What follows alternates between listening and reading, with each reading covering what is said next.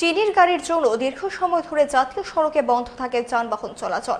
বিশালগড় নিচের বাজারে সকাল থেকে গাড়ি থেকে চিনি আনলোড হয়, যার ফলে বক্সনগর সড়কের গাড়ির লাইন বিশালগড় শহরের উপর চলে আসে। পরে আগরতলা সাবরুম সড়কেও দীর্ঘ সময় ধরে দুদিকে আটকে পড়ে যানবাহনগুলো।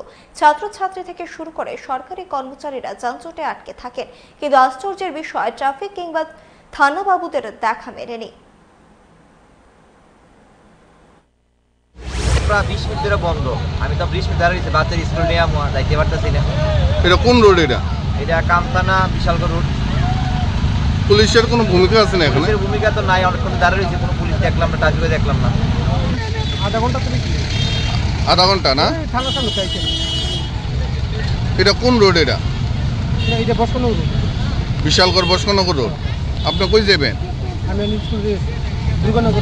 দুর্গানগর স্কুলে যাবেন। আধা ঘন্টা ধরে মানে জাতীয় সড়ক বন্ধ। আধা ঘন্টা থেকে বেশি হবো না?